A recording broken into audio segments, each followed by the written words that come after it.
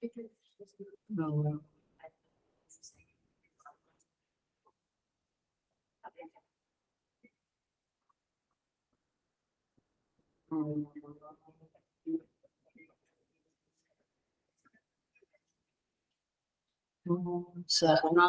भवतु सहनौ भुनक्तु सह वीर्यं करवावहै तेजस्विनावधीतमस्तु मा विद्विषावहै। ॐ शान्ति शान्ति शान्तिः। समस्तजनकल्याणे निरतं करुणामयं नमामि चिन्मयं देवं सद्गुरुं ब्रह्मविद्वरम्। Hari Om. So I welcome you all with great love and great respect in this Bhagavad Gita discourses. हम छठे अध्याय पे आए हैं। जो ध्यान योग का अध्याय है। We will chant from shloka number 36. Chapter 6, shloka number 36. असंयतात्मना योगः दुष्प्राप इति मे मतिः वश्यात्मना तु यतता शक्यो वाप्तुमुपायतः। अर्जुन उवाच अयति श्रद्धयोपेतः योगाच्चलितमानसः अप्राप्य योगसंसिद्धिं तां गतिं कृष्ण गच्छति। कच्चिन्नो भयविभ्रष्टः छिन्नाभ्रमिव नश्यति अप्रतिष्ठो महाबाहो विमूढो ब्रह्मणा पथि। एतन्मे संशयं कृष्ण छेत्तुम् अर्हस्य शेषतः त्वदन्यः संशयस्यास्य छेत्ता न ह्युपपद्यते। श्रीभगवानुवाच पार्थ नैवेह नामुत्र विनाशस्तस्य विद्यते न हि कल्याणकृत् कश्चित् दुर्गतिं तात गच्छति।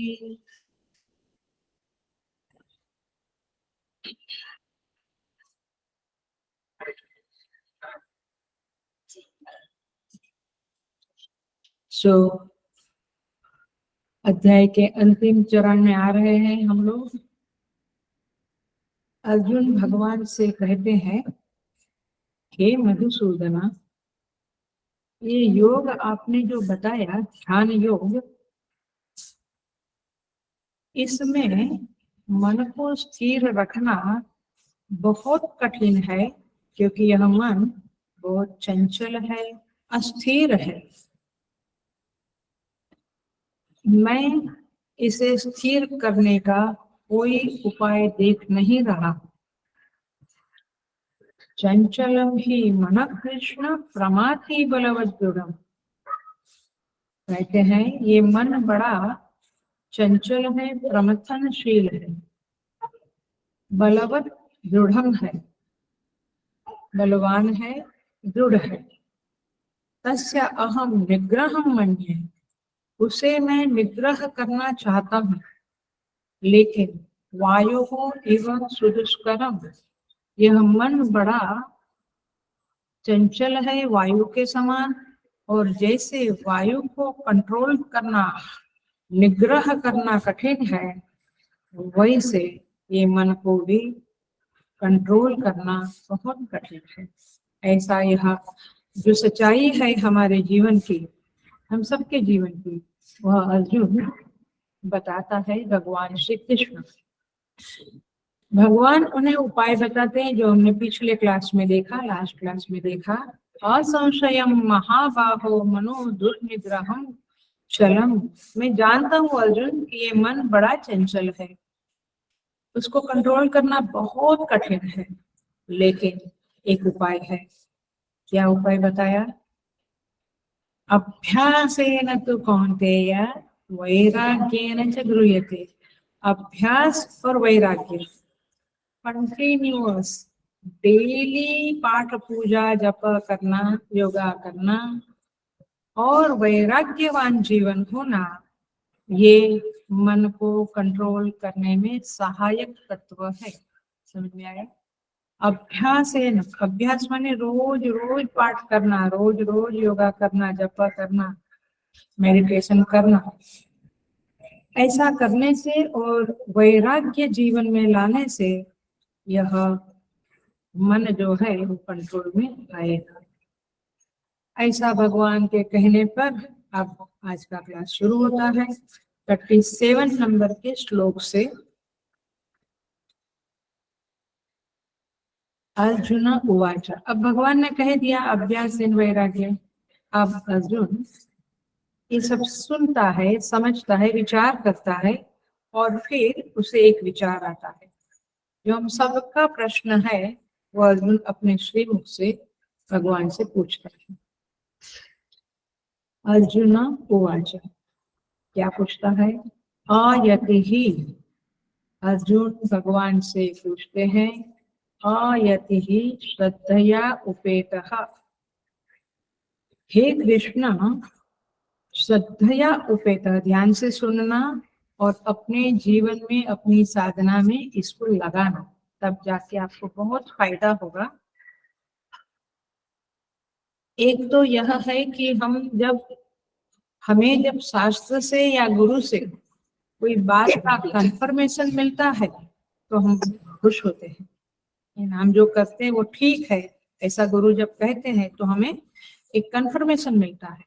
और यदि कुछ गड़बड़ है तो हम जाग जाते हैं। तो इस प्रश्न में, अर्जुन के प्रश्न में ये बातें छिपी है, आप ध्यान से सुनना बिल्कुल और अपने जीवन में अपनी साधना में लगाना। ओके। आयति ही श्रद्धयोपेतः, अर्जुन भगवान से पूछते हैं, हे कृष्ण श्रद्धया उपेतः, जो योग में श्रद्धा रखता है, योग में माने भक्ति में, शास्त्र में श्रद्धा रखता है, लेकिन सुनना, लेकिन आयति है, आयति माने बहुत प्रयत्न नहीं करता है, आलसी बाबा नहीं है, लेकिन चलता है। एक दिन गए पाठ में, एक दिन नहीं गए, एक दिन क्लास में गए, एक दिन नहीं गए, आया। तो संयम नहीं है, डिसिप्लिन नहीं है उसके जीवन में, श्रद्धा बहुत है और उसका मन अंत काल में, ध्यान से सुनना मेरे शब्द को, हेलो अटेंशन से सुनना, प्रश्न ही बहुत गंभीर है और बहुत लागू पड़ता है हमारी साधना में, हमारे जीवन में लागू पड़ने वाला प्रश्न है। और ऐसा श्रद्धया उपेता, श्रद्धा तो भरपूर है लेकिन प्रयत्न थोड़ा कम पड़ता है, ऐसा व्यक्ति अंत काल में, मरण काल में योगाचलित मानसः, और ये देखा जाता है जीवन में, योग से उसका माइंड चलित हो गया। माने अभी योग में उसका देखते हैं ना, ओल्ड एज में कुछ कितनी साधनाएं करते थे पहले, ओल्ड एज में सब चलित मानस, विचलित हो जाता है साधक। ऐसा साधक अप्राप्य योग संसिद्धि, 37 नंबर का श्लोक देख रही हूं मैं, चैप्टर 6 में। ऐसा साधक योग संसिद्धि अप्राप्य, योग की सिद्धि को माने परमेश्वर के साक्षात्कार को प्राप्त किए बिना, माने जो लक्ष्य है जीवन में उसको प्राप्त किए बिना चला जाता है इस दुनिया से। अप्राप्य, न प्राप्त होकर जब चला जाता है, काम गति कृष्ण गच्छति। तो क्वेश्चन यह है, हे कृष्ण ऐसे लोग की गति क्या होती है, आगे चलकर उनका कैसा होता है? समझ में आई बात? श्रद्धा वाला है, प्रयत्न बहुत, ये 10 माला 15 माला में कुछ नहीं होता है ना। प्रयत्न माने 6-7 घंटे साधना करनी चाहिए, तब जाके प्रयत्नशील है, या कहो 24 कलाक इन साधना चलती है तो अयति है, बहुत प्रयत्नशील नहीं है, उद्यमी नहीं है। ऐसा साधक योगाचलित मानसः, ऐसा साधक का अंत काल में, मरण काल में मन बड़ा विचलित हो जाता है। तो फिर उनको योग संसिद्धि मिलती नहीं है, अंतिम लक्ष्य को प्राप्त नहीं किया है और चला गया, तो उसकी गति क्या होगी, आगे उसका कैसा होगा। समझ में आता है? प्रश्न ख्याल में आया? ठीक है, हम देखते हैं इस प्रश्न।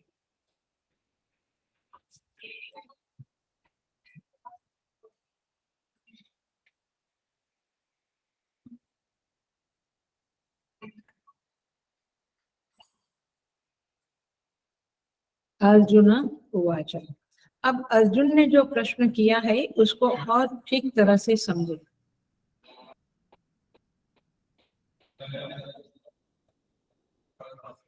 ये जरूरी नहीं है कि हम सब ने जो साधना शुरू की है उसका जो अंतिम लक्ष्य है वहां तक हम इसी जन्म में पहुंच जा रहे। ये हो भी सकता है, नहीं भी हो सकता है। क्या पॉसिबिलिटी ज्यादा है? नहीं हो सकता है, ये पॉसिबिलिटी ज्यादा है।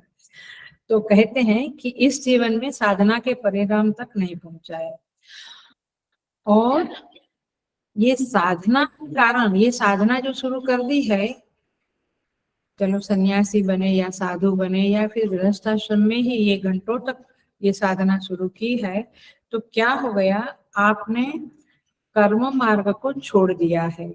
मैंने आप बहुत संसार की चीजों में इंटरेस्ट, और इसीलिए वो उपासना वगैरह भी परलोक के लिए नहीं करते हैं, आत्मशुद्धि या आत्म प्राप्ति के लिए करते हैं। तो आपको परलोक भी गया, इस लोक में जो भोग वगैरह जो आनंद मनाना था वो भी गया, क्योंकि आपने बहुत लौकिक कर्म में ध्यान नहीं दिया।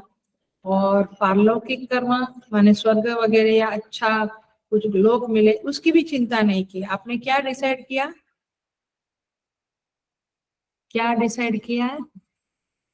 आत्म प्राप्ति। ऐसे साधक की बात है, और किसी की बात नहीं, अरे गहरे की बात नहीं। आपने डिसाइड किया कि मुझे तो अंतिम लक्ष्य ही चाहिए, आत्म प्राप्ति चाहिए, अथवा चित्त शुद्धि चाहिए, 100% चित्त शुद्धि चाहिए। वो नहीं मिला, प्रयत्न करते थे आप, नहीं मिला, लेकिन और श्रद्धा भी भरपूर है लेकिन नहीं मिला, और आप वो देह शांत हो गया, तो फिर क्या होगा? ऐसा अर्जुन का प्रश्न है। माने संसार का वैभव और लग्जरीज एंड कंफर्ट्स एंड उसको भी आपने छोड़ा, क्योंकि आपने तपस्या शुरू की, जप तप शुरू किया और उसके पीछे पड़ गए, तो वो भी गया, और यहाँ इस जन्म में अंतिम लक्ष्य भी प्राप्त नहीं हुआ। आत्मा की प्राप्ति या अंतःकरण शुद्धि एक हद तक नहीं हुई। ऐसी स्थिति में उस साधक की गति क्या होगी, मृत्यु के बाद उसका क्या होगा? समझ में आ रहा है? कई लोग तो सोचते ही नहीं है बाद में क्या, अरे जो होगा अभी तो खा लो पी लो मजा कर लो, और थोड़ी 10 माला कर ली तो बहुत, 5 माला 10-11 माला बहुत शांति हो गई। ऐसे लोगों की बात नहीं है यहाँ पे। ये प्रश्न किसके लिए है? सिंसियर साधक के लिए, सीरियस साधक के लिए प्रश्न है। क्या कि उसने संसार के माया को, संसार के सुखों को छोड़ दिया, कर्म माने कर्म मार्ग छोड़ा, और योग मार्ग में पूर्णता को प्राप्त नहीं किया। तो अब वो भगवान से ये प्रश्न पूछता है, क्योंकि अब उसको कन्विंस तो हो गया कि मन को स्थिर कर सकते हैं, योग की प्राप्ति कर सकते हैं, लेकिन सपोज ऐसा हो गया तो भगवान, उनका क्या होगा? भगवान अब उत्तर देंगे, 3 श्लोक के बाद देंगे। माने ये 37, 38, 39 3 श्लोक अर्जुन पूछेगा, भगवान उसको बाद में उत्तर देंगे। लेकिन भगवान को ही क्यों पूछा? क्योंकि भगवान ही एक ऐसा है जिसके बारे में पुराण में, विष्णु पुराण इत्यादि में डेफिनेशन दी है कि भगवान कौन है। कई लोग तो मोर मुकुट और बांसुरी में ही फंसे हैं, नए 16 क्या बोलते हैं 56 भोग, 16 श्रृंगार भगवान के। लेकिन कुछ लोग सोचते हैं भगवान के बारे में, तो देखो कहते हैं उत्पत्ति प्रलय, ध्यान से सुनना, उत्पत्तिं च प्रलयं च भूतानाम् आगतिं गतिं वेत्ति विद्यां अविद्यां च तमाहु भगवान इति। यहाँ पे कहते हैं कि विष्णु पुराण में एक श्लोक है जहाँ पे भगवान का डेफिनेशन दिया है, और वो क्या दिया है? उत्पत्तिं च प्रलयं च भूतानां गतिं गतिं, माने ये संसार की, ये सृष्टि बनी, संसार की उत्पत्ति हुई, संसार का संहार हुआ, माने प्रलय हुआ। ये बात किसको मालूम है? कौन जानता है? आप और मैं? भगवान बताते हैं, उसको भगवान कहते हैं जो ये जानते हैं। भूतानाम गतिम गतिम, कौन जीव कब इस संसार में प्रकट होगा, मतलब जन्म लेगा और कब मरेगा, ये बात भी किसको मालूम है? जिसको मालूम है उसका नाम भगवान। समझ में आ रही है बात? सो तमाहु भगवान इति, उसे भगवान कहते हैं। अब ये हो गया, तो ऐसे जो भगवान है जो ये सब जानते हैं, उनको ही तो गति के बारे में पूछा जा सकता है। इसलिए अर्जुन उस भगवान को, कृष्ण को गति के बारे में पूछता है कि ऐसे साधकों की क्या गति होती है। अब पहला शब्द लिखा है अर्जुन ने, अयति ही।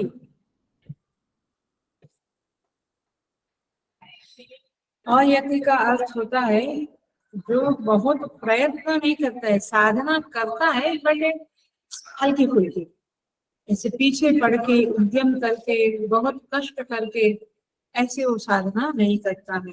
अप्रयत्नवान, भाष्यकार ने लिखा है अप्रयत्नवान, प्रयत्न नहीं करता है। टाइम है तो जब किया, क्लास अटेंड किया, नहीं तो खड़ी है।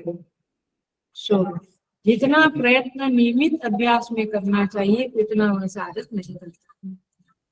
दूसरी बात, आप बिल्कुल ये हम लोगों को लागू पड़ने वाला, सारे श्लोक वैसे है बट ये तो बहुत क्लोज लगता है। दूसरी बात कि यह साधक जो है वो भोग दर्शन में दोष नहीं देखता है। समझ में आया ये शब्द?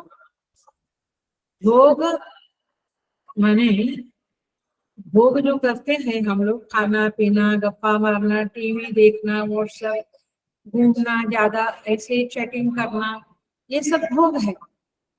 इसमें दोष दर्शन नहीं करता है। जो सच्चा साधक है वो क्या कहेगा?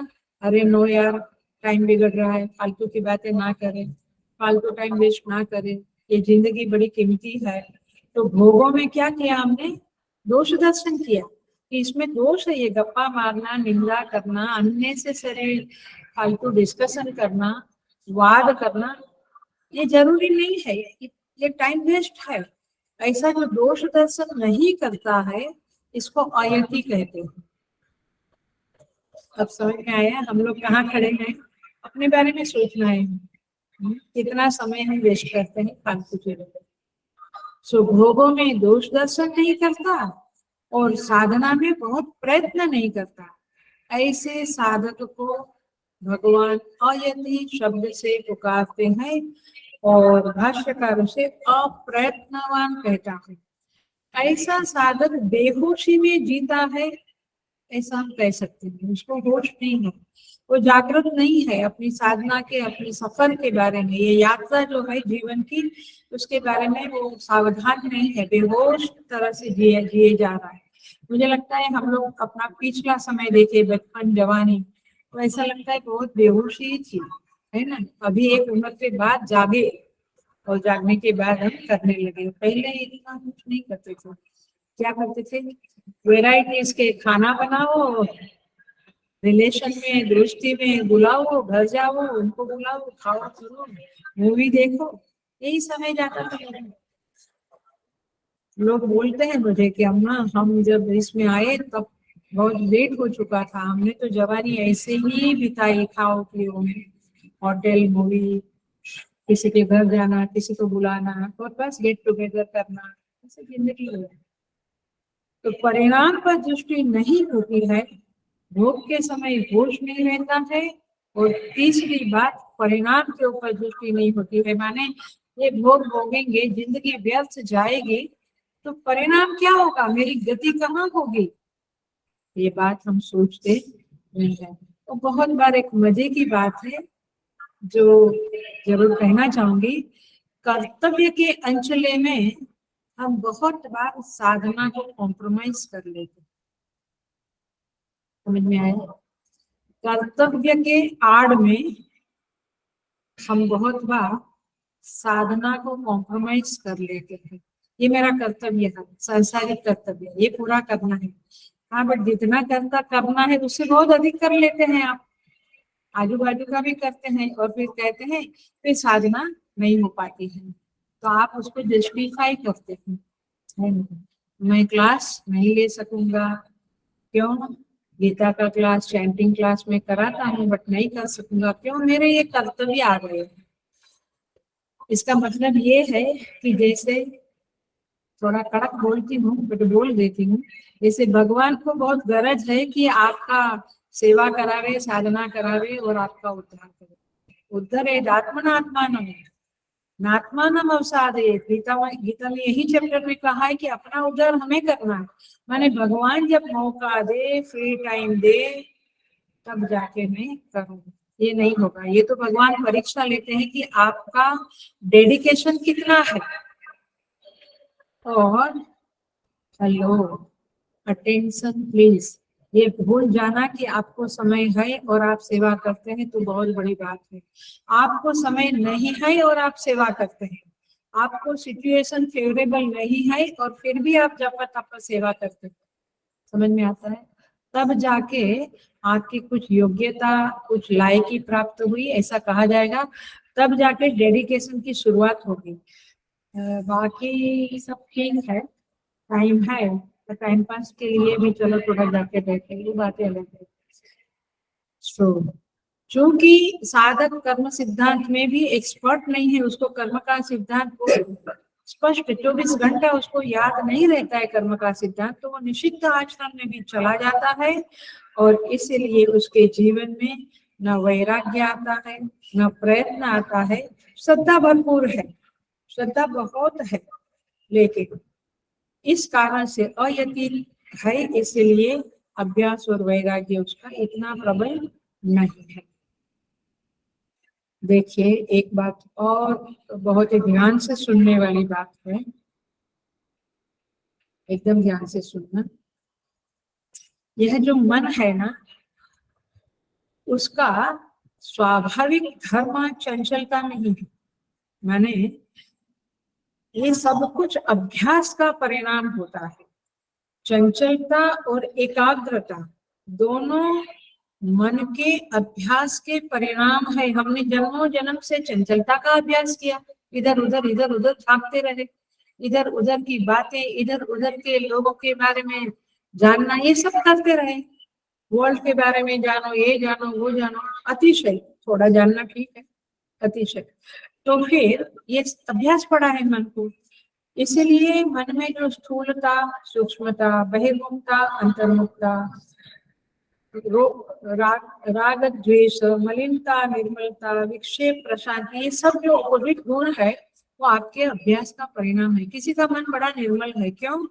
कि उसने हमेशा अभ्यास किया है कि मैं धर्म का पालन करूं, मैं मन को शुद्ध रखूं, कपट, लोभ, क्रूरता, हिंसा, इसको मैं ना अपनाऊं, तो ऐसे व्यक्ति का मन निर्मल हो जाता है।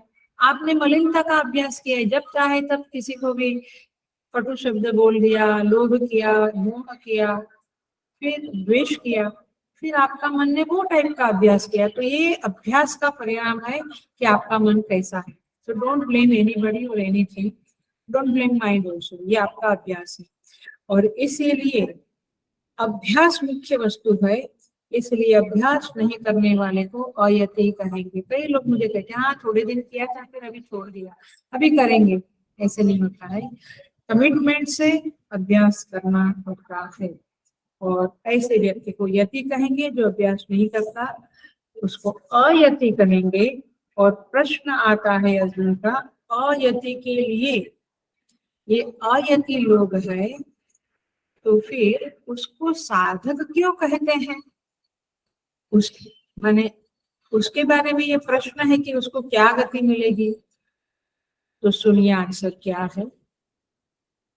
उसको साधक इसीलिए कहते हैं कि उसके पास श्रद्धा का बल है, फेथ है, विश्वास है। किसमें? पिज्जा और आइसक्रीम, किसमें विश्वास है? भगवान में और गुरु में, शास्त्र में, धर्म में, धर्म पालन में। आस्तिक्य बुद्धि, भगवान भाष्यकार कहते हैं श्रद्धयोपेतः आस्तिक्य बुद्धया उपेतः। आस्तिक्य बुद्धि से, आस्तिक्य बुद्धि माने भगवान है, कर्म का फल मिलता है, गुरु की आज्ञा का पालन करना चाहिए, शास्त्र पढ़ना चाहिए, जप तप करना चाहिए, इस बातों में जिसका विश्वास है उसे कहेंगे श्रद्धयोपेतः। तो श्रद्धा से भरपूर है, परिपूर्ण है, उसमें आस्तिक्य बुद्धि है कि ये सब साधना करने से मुझे मोक्ष मिलेगा, चित्त शुद्धि होगी। ऐसी श्रद्धा जिसको है वे कौन क्या कहलाएंगे? श्रद्धयोपेतः, वे यति कहलाएंगे। तो योग जो है, यह साधना जो है, वो मुझे बहुत आगे बढ़ाएगा, मेरे जीवन में अपलिफ्टमेंट होगा, और मुझे अपलिफ्टमेंट करना है, उद्धार करना है मेरा। ऐसे लोग को श्रद्धयोपेतः कहते हैं। और भगवान ने उनको पीछे श्लोकों में आरुक्षो कहा है, चढ़ने की इच्छा वाला, ऊपर चढ़ने की, अपलिफ्ट होने की इच्छा वाला। तो इसमें एक बात का हम बिल्कुल अटेंशन से ध्यान रखें। दो लोगों की बात करी मैंने, एक श्रद्धावान और एक अयति। अभी आधा घंटा नहीं हुआ है, ध्यान से सुनिए। अयति और श्रद्धावान, ये दो लोगों की बात करें। अयति यदि आप है और श्रद्धावान भी है, मैंने प्रयत्न नहीं करते बट श्रद्धावान है, तो आप साधक की कैटेगरी में चले जाएंगे। लेकिन हेलो, आप में श्रद्धा नहीं है और आप अयति है, केवल यत्न, और आप यति है केवल यत्न करते हैं, तो आप साधक नहीं कहलाएंगे। मैं फिर से बोलूं, समझ में आया? आप श्रद्धावान है लेकिन यत्न नहीं करते तो भी आप साधक कहलाएंगे। लेकिन आप श्रद्धावान नहीं है और प्रयत्न करते रहते हैं, आप में श्रद्धा नहीं है बट आप करते हैं, बजाय मम्मी पापा ने कहा तो बैठ गए, या गुरु ने कहा तो बैठ गए, थोड़ा माला किया, श्रद्धा नहीं है तो आप साधक नहीं है। समझ में आई बात? बिल्कुल पक्की करके रखो। आज का क्लास बिल्कुल हमारे लिए है, हमारे अंदर क्या क्या समझ है, क्या क्या गलतियां हैं, ये आपको आज का क्लास बताएगी। और ये बहुत गहरी बातें भी नहीं है, तो आप उसको पकड़ लेना बातों को। श्रद्धा भरपूर चाहिए। देखिए, तो श्रद्धा नहीं है और प्रयत्न करेंगे तो बहुत फायदा नहीं है। कि बोला घर में तो हाथ जोड़ा, दिया किया, श्रद्धा नहीं तो कोई फायदा नहीं होगा। इस आप गीता को पढ़िए, बहुत जगह पे श्रद्धा का उल्लेख है। श्रद्धावान लभते ज्ञानम तत्पर संयतेन्द्रिय। सुना है? श्रद्धावान लभते ज्ञान, श्रद्धावान है तो आपको ज्ञान मिलेगा। तत्पर संयतेन्द्रिय। विवेक चूड़ामणि में कहते हैं श्रद्धा माने क्या? शास्त्रस्य गुरुवाक्य सत्य बुद्धिया अवधारण। गुरु ने जो कहा बस वही ठीक है, शास्त्र ने जो कहा वही ठीक है। ऐसी भावना, ऐसी समझ जिसकी है उसे कहेंगे श्रद्धा। समझ में? नहीं, गीता में बोला तो है बट अभी वो समय गया ना, अभी वो पहले की बात है, अभी तो ऐसे जी नहीं सकते। तो क्या हुआ? आपने श्रद्धा, गुरु ने कहा ठीक है, गुरु तो बोलते रहते हैं। कई बार ऐसा होता है कि गुरु तो कहते रहते हैं उनको कहाँ समझता है मेरी सिचुएशन क्या है। तो गुरु की बात ना सुनना, शास्त्र की बातें ना सुनना, वो श्रद्धा नहीं है। श्रद्धा वह है, सा श्रद्धा कथिता सद्भिः यया वस्तु उपलभ्यते। श्रद्धा वह है जिसके द्वारा परमात्मा की प्राप्ति होती है। बहुत बड़ा वाक्य है ये। शंकराचार्य जी ने विवेक चूड़ामणि में कहा है, सा श्रद्धा कथिता। श्रद्धा उसी को कहेंगे जिसके द्वारा परमात्मा की प्राप्ति होती है। वस्तु उपलभ्यते, वस्तु माने आत्म तत्व परमात्मा की प्राप्ति होती है। तो ये है श्रद्धा। और इसीलिए यहाँ पे भगवान ने श्रद्धयोपेतः शब्द लिख के उसकी बहुत सारी महिमा बताई थी। आगे बढ़ते हैं। दो शब्द देखा हमने, कौन सा यति और श्रद्धा। ये थोड़ा हमारे अंदर चेक करने वाली बातें हैं। हमें खुद को ढंढोलना है, खुद के अंदर देखना है, और कम है तो बढ़ाना है, और यति है हम तो प्रयत्न बढ़ाना है, श्रद्धा कम है तो श्रद्धा बढ़ाना है। तीसरा शब्द है योगात चलित मानस।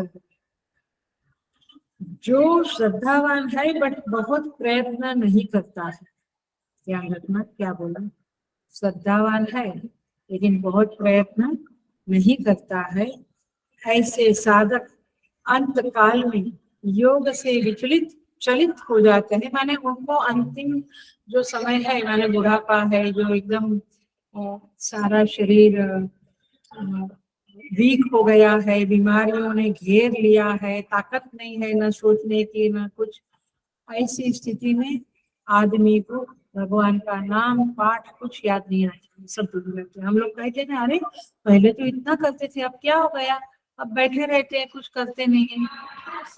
भगवान ने जो कहा वो सही, योगात चलित मानस, ऐसे लोग योग से दूर हो जाते हैं। हम माने मुझे बहुत लोग सुनाते हैं कि ऐसा होता है, हमारे सास का हुआ, हमारी माँ का हुआ, एकदम अभी तो कुछ नहीं करते हैं, उनको कुछ याद नहीं आता है। ये स्थिति भगवान ने जो कही है वही है। इसलिए जितना हुए उतना जल्दी जल्दी कर ले।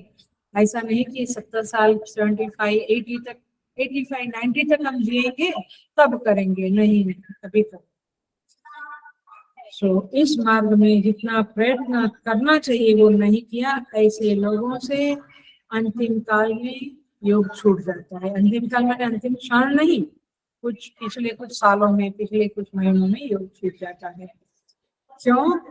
क्योंकि जितनी लगन, जितनी निष्ठा चाहिए थी वो अर्जित नहीं की, तो परिणाम स्वरूप मन विचलित हो गया। योगात चलित मानस को भगवान भाष्यकार कहते हैं भ्रष्ट स्मृति ही,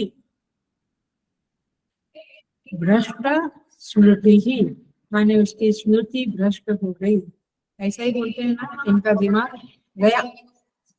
तो अंत काल में यह योग छूट गया। अब थोड़ा सा एक शब्द को, इस शब्द को अच्छी तरह से हम समझे। योग, योग से मन दूर हो गया, माने क्या, फिर से अटेंशन देना क्योंकि बहुत इंपॉर्टेंट पॉइंट है आपके जीवन में। योग का अर्थ है सम्यक दर्शन, सर्वत्र प्रभु को देखना। हमने यही सुना पूरी जिंदगी भर, जितने सत्संग किए यही सुना, सब में भगवान को देखो, भगवान में सबको देखो, यही यो माम पश्यति सर्वत्र सर्वम च मयि पश्यति, ये श्लोक है ना। तो ऐसा हमने सुना और फिर हमने थोड़ा सा प्रयत्न भी किया, परोक्ष ज्ञान तो हुआ, भजति एकत्वम आस्थित, हमने तत्पद प्रधान साधना की, जहाँ भगवान में प्रभु में सबको देखना और सब में प्रभु को देखना। हमने त्वम पद प्रधान साधना भी की, जहाँ आत्मा को सब में देखा और सबको अपने आत्मा में अपने में देखा, और फिर एकत्व की भी साधना की। एकत्व की साधना माने अब मैं और परमात्मा अलग नहीं है, हम एक ही है। तो इस तरह से हमने एकत्व की, तत्व असी पद की भी साधना की, साधनाएं की हमने, बट वो लगन से, निष्ठा से पक्की नहीं की, हल्की फुल्की कभी कुछ कर ले साधना। तो ऐसी साधना जो है वो आपको मरण काल में आपके पास नहीं रहेगी, आप सब कुछ भूल जाएंगे, स्मृति भ्रष्ट हो जाएगी। और ये हकीकत है। ओल्ड एज आते आते अल्जाइमर दिस दैट टाइप की बीमारियां लगती हैं, और नई बीमारियां लगती है तो भी बुढ़ापा में आदमी सब कुछ भूल जाता है। क्या करें? तो इसीलिए सम्यक दर्शन का, योग का अर्थ होता है सम्यक दर्शन, और इसका अर्थ होता है प्रभु को प्रपंच में देखे और प्रपंच को प्रभु में देखे। ऐसी जो क्रमा है उसका नाम है योग, और ये योग आपके साथ अंतकाल में नहीं रहता। इसको कहते हैं योगात चलित मानसः भ्रष्ट स्मृति। अब देखो, भ्रष्ट स्मृति का अर्थ, स्मृति तो है लेकिन भ्रष्ट हो गई है, इसका क्या अर्थ है? इसका अर्थ होता है जो ज्ञान हमने सत्संग से पाया, शास्त्रों से पाया, वह ज्ञान जो है वो प्रभावी नहीं रहता। It is not effective during our old age. मुझे कई लोग कहते हैं अम्मा अभी पढ़ा अभी भूल गए। तो ये तो क्लास, ऑफलाइन क्लास होता है तो परीक्षा एक हो जाती है, क्योंकि मैं तुरंत पूछती हूँ, मेरे सामने ऐसे देखते हैं क्लास में, याद आता होगा ऑफलाइन क्लास वालों को। अब भी मैं बोलती हूँ और पूछती हूँ मैंने क्या कहा, तो मतलब भूल जाते हैं, मन धारण करने की क्षमता ही बहुत कम हो जाती है। अभी ही ऐसा है मिडिल एज में, तो बुढ़ापा में क्या होगा? तो जो ज्ञान प्रभावी नहीं रहता है, याद करने पर याद नहीं आता है, उसको कहेंगे भ्रष्ट स्मृति। इसका मतलब ये हुआ कि लौकिक ज्ञान ने, हेलो, लौकिक ज्ञान ने आपके शास्त्र के ज्ञान को दबा दिया है। हमें मालूम है कि झूठ नहीं बोलना है, ऐसा शास्त्र कहता है, लेकिन वो लौकिक सिचुएशन ऐसी बनी कि हमने झूठ बोला। हमने क्या किया? शास्त्र की स्मृति को दबा दिया, माने चाहते हुए नहीं, अनजाने में दबा दिया, याद ही नहीं रहा कि हमें सत्य बोलना है। तो कहने का तात्पर्य है कि भ्रष्ट स्मृति। फिर हम कहते पता नहीं मैं कैसे भ्रष्ट हो गया, ऐसे कैसे बोला मैंने। कभी कटु बोलते, कभी कपट युक्त बोलते, सब कुछ शास्त्र की स्मृति दब गई। अपनी पहचान जो है, मैं साधक हूँ, मैं धर्मात्मा हूँ, धर्मात्मा माने मैं धर्म का पालन करने वाला हूँ, धर्म पालक हूँ, ये सब हम भूल जाते हैं। इसे कहेंगे भ्रष्ट स्मृति। बुढ़ापा में स्मृति किसकी रहती है पता है ना? ये शरीर ठीक रहे, खाना पीना ठीक रहे, माने कौन सा डाइट लूं हे भगवान, कौन सा जूस, कौन सा कितने सब, कंटिन्यूस वो डाइट वाले वीडियो ही देखते रहते हैं। और हेल्थ को ठीक करना ये मेन रहता है, मुझे जीना है और मेरा स्वस्थ शरीर स्वस्थ रहे। शरीर स्वस्थ रहे ये अच्छी बात है, बट 24 घंटा खाना पीना और शरीर के ऊपर ही अटेंशन रहता है। ये ओल्ड एज की, क्या कहेंगे, ओल्ड एज का दुर्भाग्य है। इसलिए जितना हुए उतना कर ले। सुज्ञान तेजस्वी नहीं रहता है। छांदोग्य उपनिषद में एक मंत्र है जहाँ पे कहते हैं आहार शुद्ध सत्व शुद्धि ही सत्व शुद्ध ध्रुवा स्मृति स्मृतिर्लंबे सर्वग्रंथि विप्रणाशः। माने आपका आहार, देखना, सुनना, बोलना, भोजन सब कुछ ठीक है, सात्विक है, तो आपके अंतःकरण की शुद्धि होगी। अंतःकरण शुद्ध, ये श्लोक मुझे बहुत प्रिय है। और कन्विक्शन, जबरदस्त कन्विक्शन वाला ये श्लोक है मेरे लिए। मैंने मुझे इस बात का बहुत प्रमाण मानती हूँ मैं इस श्लोक को। वैसे प्रमाण ही है बट बहुत मेरे हृदय के नजदीक है, क्योंकि यहाँ पे ये टुकड़ा बहुत जबरदस्त है। सत्व शुद्धो ध्रुवा स्मृति ही। और ये अनुभव में भी हम लोग देख सकते हैं, आप भी प्रयोग करना अपने ऊपर।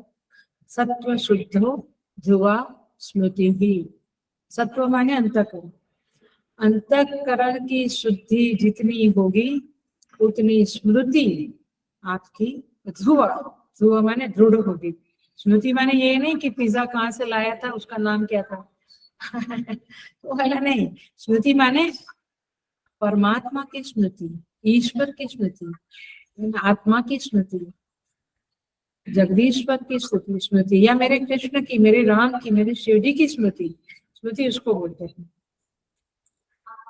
वैसे वो लौकिक स्मृति भी तभी दृढ़ रहती है जब अंतःकरण शुद्ध है, लेकिन आध्यात्मिकता में ये सत्व शुद्ध और ध्रुवा स्मृति ही, आपका अंतःकरण शुद्ध होगा तो स्मृति ध्रुवा होगी। उल्टा करो इसका, अंतःकरण अशुद्ध होगा तो याद ध्रुवा स्मृति आपकी भूल जाएंगे, बार बार भगवान बोल सकते। तो ये जबरदस्त श्लोक है। भगवान माने हमें यदि क्या कैसा हमारा जीवन है और आगे क्या होने वाला है, ये सारी बातें इसमें स्पष्ट है। जो जीवन को देखते हैं उनके लिए ये श्लोक है। भगवान आगे कहते हैं, तत्स्वयं योग अप्राप्य योग संसिद्धिम काम गतिम कृष्ण गच्छति। अर्जुन पूछते भगवान को कि उस व्यक्ति को, स्मृति भी उसकी ठीक नहीं रही, ऐसी व्यक्ति को योग संसिद्धि प्राप्त नहीं हुई। योग संसिद्धि माने भगवान भाष्यकार कहते हैं, आप भाष्य साथ में रखेंगे तो आपको बहुत अच्छा लगेगा, अंडरलाइन भी करते रहेंगे। योग फलम सम्यक दर्शनम योग संसिद्धि। योग संसिद्धि माने योग का फल जो सम्यक दर्शन है। सम्यक दर्शन माने सब में परमात्मा को देखना। योग का फल जो सम्यक दर्शन है उसे योग संसिद्धि कहते हैं। और अप्राप्य योग संसिद्धि, भगवान को अर्जुन पूछते हैं कि प्रभु ऐसी योग संसिद्धि प्राप्त नहीं हुई और चला गया आदमी, तो उसकी गति कैसी होगी, क्या उसको, देखो इसका अंदर का अर्थ समझ लो, ध्यान से सुनना। इसका अर्थ यह है कि भगवान, हे भगवान, क्या उसको पुनः नर्सरी से शुरू करना पड़ेगा? समझ में आया? माने पहले से शुरू करना पड़ेगा, ये इस जन्म में किया सब फुकट जाएगा? समझ में आई ये बात? क्योंकि आदमी तो लाभ की बात ही पूछेगा, मनुष्य को तो अपने लाभ की ही चिंता है और कुछ चिंता नहीं है। तो बोलता है कि तो फिर क्यों करें साधना यदि एंड तक नहीं होगा, और ये बड़ा कठिन है। कितने लोगों ने कहा कि अभी तक हमारी कोई खास प्रगति हुई नहीं, तो फिर मैं क्यों करूं? लेकिन सुनो, आपको क्यों करना चाहिए आगे भगवान बोलेंगे। तो इसीलिए चूंकि दुनियादारी का ज्ञान जो है वो सम्यक ज्ञान को ढक देता है और इसलिए चलित मानस होता है, उसको योग संसिद्धि का फल नहीं मिलता है, माने सम्यक दर्शन रूपी फल नहीं मिलता है। तो फिर श्रवण काल में तो सब परोक्ष ज्ञान होने लगता था, लगता है ना हमको काफी कुछ मालूम पड़ता है, लेकिन बाद में मनन चिंतन, मनन नहीं, निधि ध्यास नहीं, तो श्रवण काल में तो बुद्धि को योग दर्शन प्राप्त हुआ, लेकिन श्रवण अतिरिक्त काल में आपने मनन चिंतन नहीं किया और लौकिक ज्ञान से आपकी बुद्धि ढक गई, तो फिर आपकी स्थिति कैसी होगी? अंतकाल में ऐसा होने से हे भगवान उस जीव की गति कैसे होगी? समझ में आया? प्रश्न समझ में आया? माने हम मरने के बाद ये जत्था जो हमने इकट्ठा किया है साधना का, वो साथ में आएगा कि इधर का इधर रह जाएगा, ये पूछते हैं। तो देखना भगवान क्या कहते हैं। भगवान यही कहेंगे कि साधना तो आएगी, संसार की चीजें, कपड़े लत्ते, पैसा, गाड़ी बंगला रह जाएगा। तो बुद्धिमान आदमी कौन है? जो साथ में ले जाते हैं उसी को इकट्ठा करना शुरू करो, कि जो साथ में नहीं ले जाएंगे उसको इकट्ठा करना। उसको इकट्ठा करना। अब देखो, अब छोटे छोटे श्लोक है दो, देखते हैं, आगे बढ़ते हैं। आगे का श्लोक है 38। कहते हैं, कच्चित न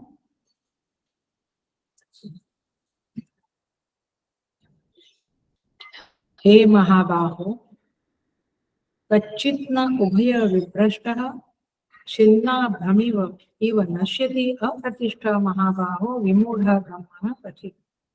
हे महाबाहो, भगवान को अर्जुन पुनः पूछता है, कच्चित माने क्या? ये प्रश्न भी अच्छा सा प्रश्न है। ब्रह्मणा पथि विमूढ़, आवाज आती है आप लोगों की?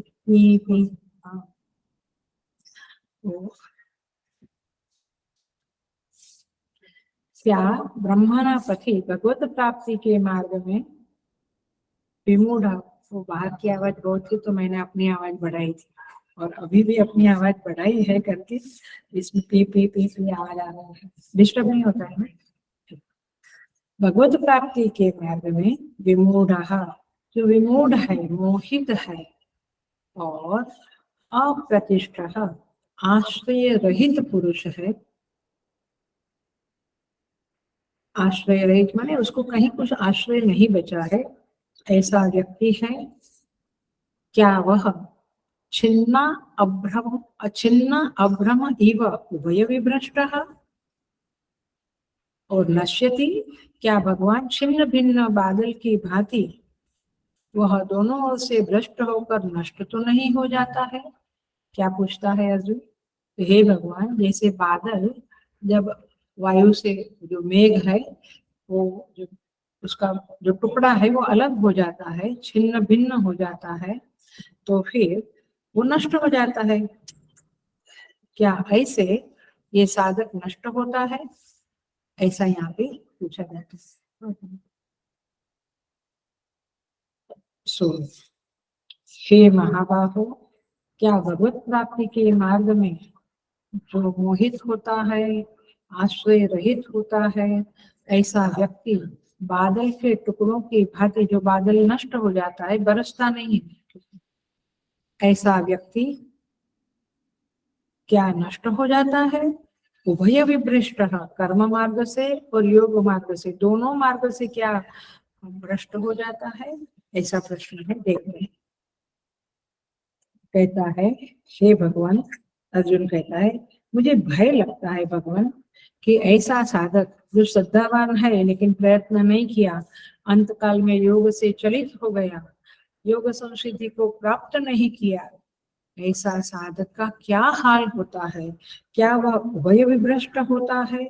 उभय विभ्रष्ट माने कर्म मार्ग से भी भ्रष्ट और योग मार्ग से भी भ्रष्ट, माने कर्म तो किया नहीं उसने, लौकिक कर्म करके पैसा कमाया, बहुत लग्जरी भोगा, वो सुख तो पाया नहीं, और उसने योग मार्ग में जो आत्म शुद्धि है, चित्त शुद्धि है, आत्म साक्षात्कार है, वो भी नहीं पाया। माने क्या बोलते हैं उसको? न माया मिली न राम, सुना है ना? माया भी नहीं मिली, राम भी नहीं मिली। गुजराती में उसको कहते हैं न घर घर का रहा न घाट का रहा। इसको कहावत पता है? न घर का न घाट का। माने ऐसा जो व्यक्ति है, माने ऐसी जो स्थिति है, क्या साधक की स्थिति ऐसी होगी भगवान? न उसको उधर का सुख मिला न इधर का कुछ मिला। ऐसी स्थिति के लिए अर्जुन को डर लग रहा है और इसलिए भगवान से पूछता है कि वह विमूढ़, माने वो विमूढ़ है बेचारा, इधर का नहीं उधर का नहीं, अप्रतिष्ठ है, उसको कहीं आश्रय नहीं मिला, क्योंकि वो साधना मार्ग में कठिन है करके वहां से गिर गया और कर्म मार्ग में गिर गया, छोड़ दिया, अब वो आश्रय रहित हो गया। ऐसे साधक को क्या उभय विभ्रष्ट कहेंगे? क्या उसका नाश हो जाएगा? माने वो किसी भी नश्यति शब्द या विनाश शब्द गीता में पुरुषार्थ से जो गिर जाता है, चारों पुरुषार्थ धर्म अर्थ काम मोक्ष से जो गिर जाता है, उसको कहते हैं कि उसका नाश हो गया। नाश हो गया, मर गया ऐसा नहीं माना, मर गया ऐसा नहीं। तो क्या वो उभय विभ्रष्ट होगा? अभ्रम इव, क्या कहते हैं? अभ्रम इव मतलब कि देखो, जैसे वायु के कारण जो मेघ है, वो जोरदार वायु बहती है तो मेघ के टुकड़े टुकड़े हो जाते हैं, बादल छोटे छोटे टुकड़े हो जाते हैं बादल के, देखा है ना हमने? तो वह मेघ से अलग होकर, मुख्य मेघ से अलग होकर और फिर जाता है दूसरे बादल की तरफ मिलने को, लेकिन दूसरे बादल से भी मिलता नहीं है और वर्षा करने के योग्य भी नहीं होता है। ऐसा बादल बीच में नष्ट हो जाता है, उसी तरह है ना, वो बादल का ना बारिश होता है ना वो दूसरे बादलों से मिलकर, कुछ नहीं, वो टुकड़ा नष्ट हो जाता है। क्या ऐसे ये साधक जो है, योग भ्रष्ट जो है, वह कर्म मार्ग से भी अलग हो गया, छोड़ दिया, कर्म मार्ग माने नौकरी करो, बिजनेस करो, खूब पैसा, मान, यश, सम्मान प्राप्त करो और मौज मजा करो, लग्जरी कंफर्ट जोन में रहो। ये सबसे भी हट गया क्योंकि उसने तपस्वी मार्ग स्वीकार, तपस्वी का मार्ग स्वीकार किया। और फिर योग करते करते उसको न चित्त शुद्धि मिली, ना आत्म प्राप्ति मिली, मतलब कि ना वो संतुष्ट हो गया और ना उसको इधर का सुख मिला। ऐसे कर्म और ज्ञान दोनों के फलों को प्राप्त नहीं कर पाया, ऐसा साधक उभय विभ्रष्ट हो गया। उसको कहेंगे उभय विभ्रष्ट। उभय माने दो, तो दोनों ओर से भी भ्रष्ट हो गया क्या, ऐसा वो भगवान को पूछता है। देखो इसको ऐसा कहते हैं, न माया मिली न राम। सो ऐसा जो साधक है मूढ़ है, यहाँ पे शब्द लिखा है विमूढ़। विमूढ़ माने, मूढ़ माने क्या, जो अज्ञानता से बुरा काम करता है। ध्यान से सुन लेना, जो अज्ञानता में बुरा काम करता है। विमूढ़ माने जानकर बुरा काम करता है, इसको कहते हैं विमूढ़। तो इस प्रकार से यहाँ पे कहते हैं अप्रतिष्ठा, वो कहीं से भी उसको आश्रय नहीं मिला। अप्रतिष्ठा का भगवान भाष्यकार ने अर्थ लिखा है निराश्रय, उसको कहीं का आश्रय नहीं रहा। अभी वो इधर का नहीं रहा, उधर का नहीं रहा। सो यहाँ पे इस तरह का प्रश्न है। हाँ, और कहते हैं सेकंड लाइन देखो, अप्रतिष्ठो महाबाहो विमूढ़ो ब्रह्मणा पति। वह ब्रह्मणा पति माने ब्रह्म प्राप्ति के मार्ग में विमूढ़ सा हो गया। हम लोग कहते ब्लैंक हो गया है, पता नहीं कितनी साधना करता था, अब कुछ नहीं करता है, इसको कहेंगे विमूढ़। ब्लैंक हो जाता है अथवा जानबूझकर छोड़ देता है, उसका विश्वास कम हो जाता है। तो इस तरह से शरीर की आयु पूरी हो गई लेकिन कुछ नहीं मिला। ऐसे जीव का क्या होता है, क्या वह पुनः नर्सरी में चला गया? मैंने आपने पीएचडी तक नहीं किया, आप शायद एक लौकिक एग्जांपल देती हूँ, शायद आप 10th में 12th में या कॉलेज में एंट्री मारी और फिर छूट गया, तो क्या गवर्नमेंट आपको कहेगी कि वापस नर्सरी में जाओ? नहीं ना। हाँ, वैसे ही इधर भी भगवान कहेंगे डोंट वरी, ऐसा कुछ होने वाला नहीं है। आपने जो प्राप्त किया है वहीं से आपकी गाड़ी अगले जन्म में आगे बढ़ेगी। समझ में आई बात? ये आंसर आएगा भगवान का, शायद अगले क्लास में आएगा। बट ये अर्जुन के डाउट है कि क्या होगा भगवान, तो भगवान जवाब देंगे। हम एक और श्लोक को कर लेते हैं। आगे का श्लोक में कहते हैं अर्जुन, अब अर्जुन की पेशेंस खत्म होने आ रही है। वो कहता है एतत् में संशयम कृष्ण, हे कृष्ण ये मेरा संशय है, ये मेरा प्रश्न है, ये मेरा डर है। छेत्तुम अर्हसि अशेषतः, इसे अशेषतः माने कंप्लीटली संपूर्ण रूप से, छेत्तुम माने छेदन करने के लिए, अर्हसि आप ही योग्य हो, आप ही वो समझता है, आप ही योग्य हो मेरे इस संशय का छेदन करने के लिए, इस संशय को दूर करने के लिए। त्वत् अन्यः संशयस्य अस्य छेत्ता नहीं उपपद्यते, कहते हैं ही माने क्योंकि आपके सिवा, त्वत् अन्य आपके सिवा, अस्य संशयस्य इस संशय का छेदन करने वाला और कोई प्राप्त होना मुश्किल है, कोई प्राप्त नहीं होगा। इसलिए आप ही मेरे इस प्रश्न का भगवान, बाद में और कोई बताने वाला नहीं है। ये टाइप की बात जो है कि जीव की मृत्यु के बाद क्या गति होती है वो तो केवल आप ही जानते हो। सारे लोग तो ये बात है, लोग मनुष्य में तो और कोई नहीं जानेगा। इसलिए आप ही योग्य हो, आप ही सर्वज्ञ हो, तो आप ही इस बात को बताओ, ऐसा अर्जुन कहता है।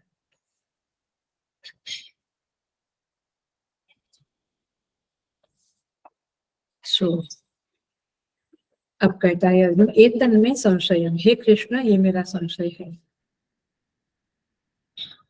ये मेरा गंभीर संशय है, आप मेरी मदद करिए। भगवान की मदद मांगता है वो। एतन में संशयम कृष्ण छेत्तुम अर्हसि अशेषतः, इसके जीव के जाने के बाद क्या होगा, इसके बारे में और कोई नहीं जान सकता। इसकी गारंटी और कोई नहीं दे सकता है कि मृत्यु के बाद क्या होगा। और ये गारंटी भी कोई नहीं दे सकता है कि तुमने साधना शुरू की है तो इस जन्म में तुम परिपूर्णता को प्राप्त करोगे, ये भी कोई नहीं कह सकता है। बाद में क्या होगा ये भी कोई कह नहीं सकता है। और इसलिए आप ही इस संशय का छेदन करने को योग्य हो। मुझे धुंधलापन है, संशय है, संशय शब्द का आपको बताती हूँ। तो ये बिंदु हर साधक के मन में स्पष्ट हो जाना चाहिए। इसलिए अर्जुन के जरिए वेद व्यास जी ने यहाँ पे यह प्रश्न रखा है हम सबके लिए। इसमें एक गहरी बात है जो ध्यान से सुनना, समझ के सुनना। बात यह है कि यदि हमें डाउट है तो जिसको डाउट है वह साधक गहराई से डेडिकेटेडली साधना नहीं करेगा। जहाँ डाउट है वहां पे कोई ठीक से काम नहीं करता, ये बात सही है। तो इसीलिए यहाँ पे कहते हैं कि जब उनको आगे की बात, आगे का रास्ता क्लियर है तो फिर वो अपनी अच्छी गति में गाड़ी चला सकता है अथवा साधना कर सकता है।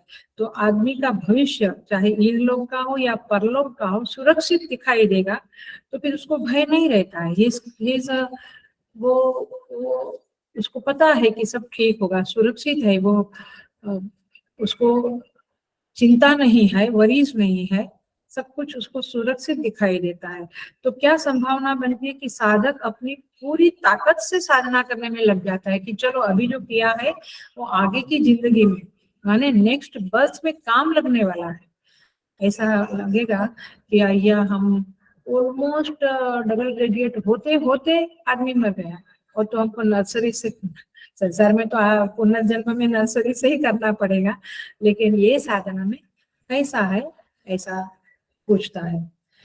तो साधक पूरी ऊर्जा इस जन्म में साधना में लगा दे और उसे लगे कि अब अगले जन्म में सब बिगड़ जाएगा, तो वो भयभीत रहता है। इसलिए यह प्रश्न है अर्जुन का सारे साधकों के लिए। तो अन्य आपके सिवा कौन है जो इस बात को, इस संशय को दूर करेगा, इसलिए आप मुझे उपदेश करिए, ऐसा अर्जुन का प्रश्न है। देखिए संशय शब्द का अर्थ बहुत सुंदर है, जान लीजिए, क्योंकि हम लोग संशय तो करते रहते हैं इधर उधर। सिंह धातु है और उससे शयः शब्द बनता है, सिंह धातु से शयः शब्द बनता है। सम्यक शयने संशयः, सम्यक शयने संशयः माने संशय ये सोने की, सोना माने सो जाना, निद्रा, ऐसी स्थिति भी नहीं है और जागने की स्थिति भी नहीं है, बीच की स्थिति है। And that's very dangerous. आपको अच्छी नींद ना आवे तो डेंजर है ना। तो तात्पर्य यह है कि धुंधलापन की स्थिति है, डाउटफुल स्थिति है, पता नहीं क्या होगा। मैं तो कर लेता हूँ, मैं तो स्कूलों में कांटेक्ट करता हूँ, पता नहीं क्या होगा। No, you have to think that it will be done, ये होगा ही, किसी भी तरह से इसको हम करेंगे। बट जीवन में देखा है जो लोग देखते हैं क्या होता है, चलो थोड़ा बहुत कर लेते हैं, ऐसा नहीं, ऐसा करने से कुछ नहीं होगा।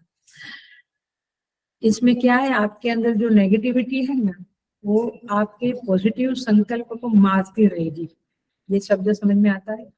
आपके पॉजिटिव संकल्प को, आपके जो संशय है, नेगेटिव चीजें हैं आपके अंदर, नेगेटिव थिंकिंग है, पता नहीं मेरी बेटी को अच्छा लड़का मिलेगा कि नहीं, मेरा बेटा वो यूएस जाने को मिलेगा कि नहीं, वो पास होगा कि नहीं, यू नो काइंड। ऐसे नहीं, आप हमेशा ऐसे सोचिए कि मेरी बेटी को अच्छा लड़का ही मिलेगा, माने नेगेटिव मत सोचिए, क्योंकि आपकी जितनी पॉजिटिव है उसको नेगेटिव एनर्जी मारती रहती है, कभी कभी उसको खत्म कर देती है। सो संशय बहुत ही डेंजरस चीज है, संशय को मत रखिए हमारे अपने अंदर। इसलिए यहाँ पे कहते हैं कि इस संशय को अशेषतः संपूर्णतया, संपूर्णतया का अर्थ है मूल सहित, माने पुनः वह संशय आपके चित्त में उगे ही नहीं, उत्पन्न ही ना हुए, ऐसा उसको निर्मूल कर देना, इसको कहेंगे अशेषतः। कंप्लीटली भगवान मुझे कोई अंधेरे में मत रखो, मुझे कंप्लीटली क्लैरिटी दो, ऐसा अर्जुन का प्रश्न है। क्योंकि अर्जुन मानता है कि भगवान सर्वज्ञ है, और जो सर्वज्ञ है वही इस बात को बता सकता है। पतंजलि योग सूत्र में आता है, पूर्वेशाम अपि सह गुरु कालेन अनवच्छेदात्। वह परमेश्वर पूर्वेशाम अपि स गुरु, माने सबसे पहले, सारे जीवों के पहले वही गुरु थे, और कालेन अनवच्छेदात् माने वह परमेश्वर ईश्वर, माने यह ईश्वर ही गुरु है, प्रथम गुरु ईश्वर ही है, और काल में अनवच्छेदात्, काल में मरने वाला नहीं है, माने त्रिकाले अपि तिष्ठति, तीनों काल में जो रहता है उसे परमेश्वर कहते हैं। माने हम नहीं थे तभी भी वो था, आज हम है तभी भी वो है, आगे हम नहीं रहेंगे तभी भी वो रहेगा, वो हमेशा रहेगा। इसको कहते हैं गुरु। और आप कौन हो? गुरु के भी गुरु हो। अर्जुन की ये भावना है भगवान के प्रति, आप परमेश्वर हो, आप गुरु के भी गुरु हो, और आप अविनाशी हो। इसीलिए परलोक विषयक जो संशय है उसको छेदन करने वाले आप ही हो, आपके अलावा और कोई हो नहीं सकता है। आप ही परम गुरु, शास्त्र योनि, सर्वज्ञ ऋषि, परम देव को, ऐसा अर्जुन का यहाँ पे कहना है। वद अन्यः न छेदता, और कोई उसका छेदन नहीं कर सकता, क्योंकि स्वयं तीर्णाः परान् तारयति, ऐसा उपनिषदों में कहते हैं। जो स्वयं तैर चुका है, माने जो स्वयं इस संसार को पार कर चुका है, वही तो दूसरों को पार करेगा। तो आप तो सदा ही पार किए हुए हो, इसीलिए। और भगवान, आपने चौथे अध्याय में कहा था, क्या कहा था? बहुनी में व्यतीतानि जन्मानि तव च अर्जुन, हाँ, तानि हम वेद सर्वाणि न त्वं वेत्थ परन्तप। इस साल चौथा अध्याय है ना, गीता चैंटिंग कॉम्पिटिशन हो गया आप लोगों का। इस बार नहीं, हर बार हम लोग तो एडल्ट्स लोगों का भी करते हैं। ये गीता सुनने वाले ध्यान में रखे, अगले साल से आओ गीता चैंटिंग कॉम्पिटिशन में 5वां अध्याय होगा, पार्टिसिपेट करो। उस बहाने, उस निमित्त से, नहीं हमें सर्टिफिकेट, कई लोग मजेदार कहते हैं, मुझे बड़ा मजा आता है। मैंने I am just surprise and I feel pain about that, क्योंकि कहते हैं अब क्या बुढ़ापा में गीता चैंटिंग सब, अब जितना आता है उतना ठीक, अभी याद नहीं रहता है, अभी हमें सर्टिफिकेट की क्या जरूरत है। I get surprise, I said ये इसके लिए नहीं है, आप तो अभी एडल्ट हो चुके हो, शास्त्र को सुनते हो, आचार्यों से पढ़ते हो। हमें बच्चों की तरह कंपटीशन, भले ये शब्द है, बट कंपटीशन के लिए चैंटिंग गीता चैप्टर 4 का बाय हार्ट नहीं करना है। हमें किसके लिए करना है? Are you clear about that? हाँ, चित्त शुद्धि के लिए हम जितना चैंटिंग करेंगे, मन में याद करने की कोशिश करेंगे। नहीं तो भी चपाती लाटते समय, सब्जी काटते समय आप लोग क्या करते? दिमाग में कुछ ना कुछ चलता है फालतू का। तो कितना समय है आपके पास? तो उस समय में ये श्लोक बाय हार्ट करना, कंपटीशन में पार्टिसिपेट करना है, इसके लिए यदि बाय हार्ट करने की कोशिशें करेंगे तो उतनी चित्त शुद्धि होगी। एक श्लोक रिपीट हुआ माइंड में, जब एक नेगेटिव थॉट हटा, आखिर साधना क्या है? नेगेटिव को हटाना, पॉजिटिव को लाना, यही साधना है। तो आप समझते क्यों नहीं? मुझे नहीं समझता है कि लोग समझते क्यों नहीं। और ऐसे आंसर कि हमको सर्टिफिकेट नहीं चाहिए, अब बुढ़ापा में क्या, ऐसा मत कहे। हम जीव है, हमारी एक यात्रा है, और उस यात्रा को सुगम बनाना, मोर कंफर्टेबल बनाना, कंफर्टेबल इन द सेंस चित्त को शुद्ध करना, यही हमारा कर्तव्य है। और मैं तो यहाँ तक कहूंगी कि यही हमारा परम कर्तव्य है। लेकिन लोग मजेदार है, उधर का लौकिक संसार का कर्तव्य बताकर ये परम कर्तव्य को कुचल देते हैं। कॉम्प्रोमाइज कर देते हैं। हम सुनते हैं, हम लोग बहुत ज्यादा फिर उपदेश देने का मतलब नहीं होता है करके चुप रहते हैं, बट प्रवचन में तो मेरा टाइम है, मैं बोल ही देती हूँ, जो भी बोलना है वो सब जानते हैं ये। सो भगवान कहते बहुनी में व्यतीतानि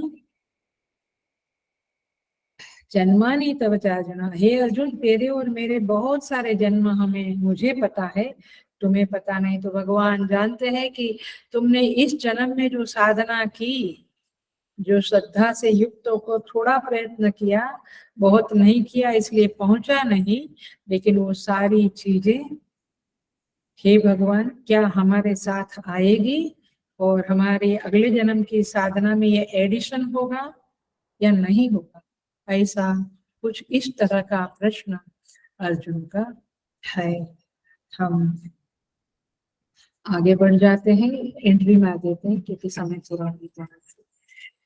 आगे अब भगवान उत्तर देते हैं, मैं केवल ट्रांसलेशन करती हूँ ताकि आपको थोड़ी शांति मिले, अच्छा लगे।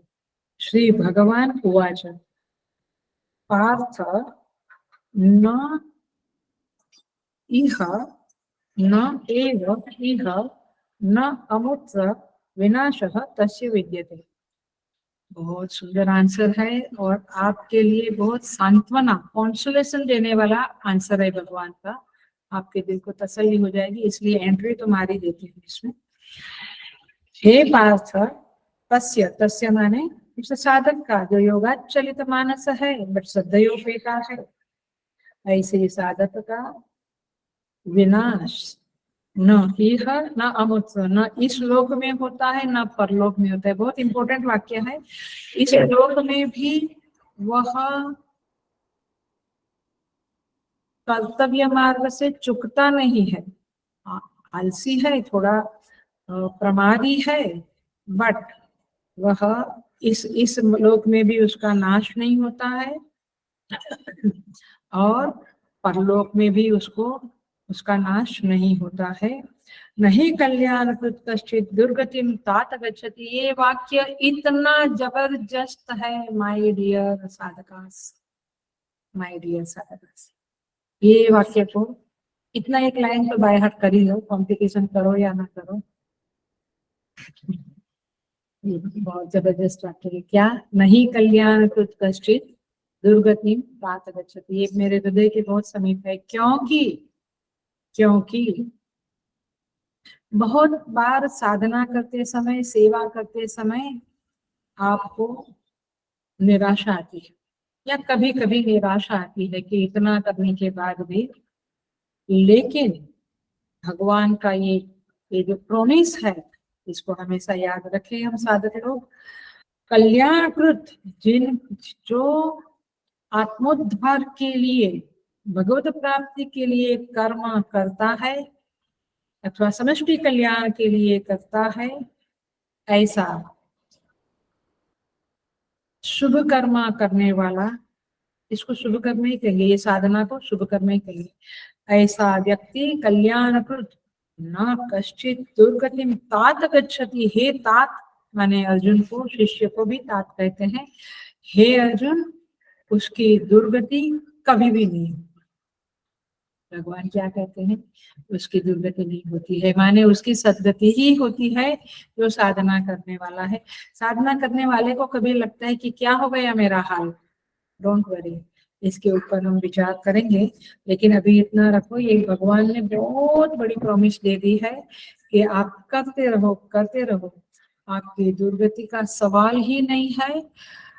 जो शुभकृत है, शुभ कर्म करने वाला है, उसकी कुत्सित गति, दुर्गति कभी नहीं होगी। वो शायद गिरेगा, वो अटकेगा, कहीं रुक जाएगा, लेकिन वो दुर्गति में नहीं जाएगा। इसलिए यहाँ पे बहुत इंपॉर्टेंट बात भगवान ने करी है,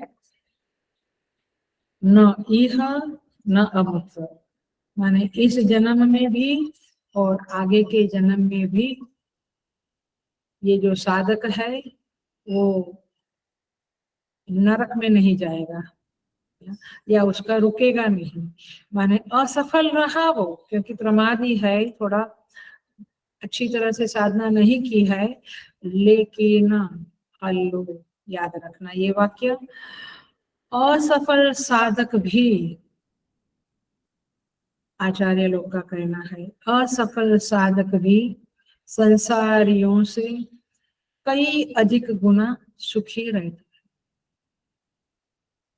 मैंने गति उसकी, उसका पैर इधर उधर नहीं पड़ता है, दैट्स द पॉइंट। वो सुखी रहता है, दैहिक स्तर पर भी वो सुखी रहता है, माने खाने पीने में भी उसको मिल जाता है, माने वो ऐसा नहीं कि मर रहा है, दैहिक स्तर पर भी वो सुखी रहता है, और माइंड के, चित्त के स्तर पर भी वह सुखी रहता है।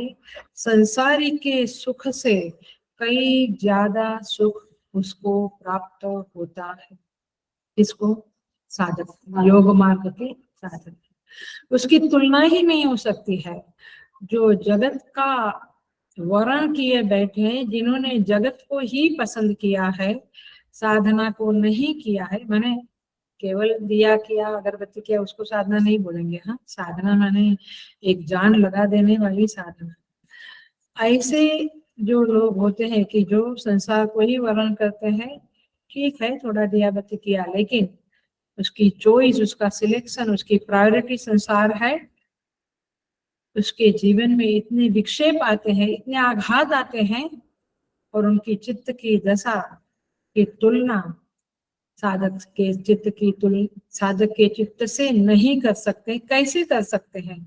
अप्राप्य योग संसिद्धि है, उसको फाइनल गोल प्राप्त नहीं हुआ है, योग भ्रष्ट है, चलित मानस है, फिर भी परोक्ष ज्ञान उसके हृदय में विराजमान है। उसको मालूम है कि सम्यक दर्शन ही मेरा गोल है, और वही मुझे प्राप्त करना है, और वही मेरी इस यात्रा को विराम देगा, वही इस यात्रा को पूर्ण विराम देगा।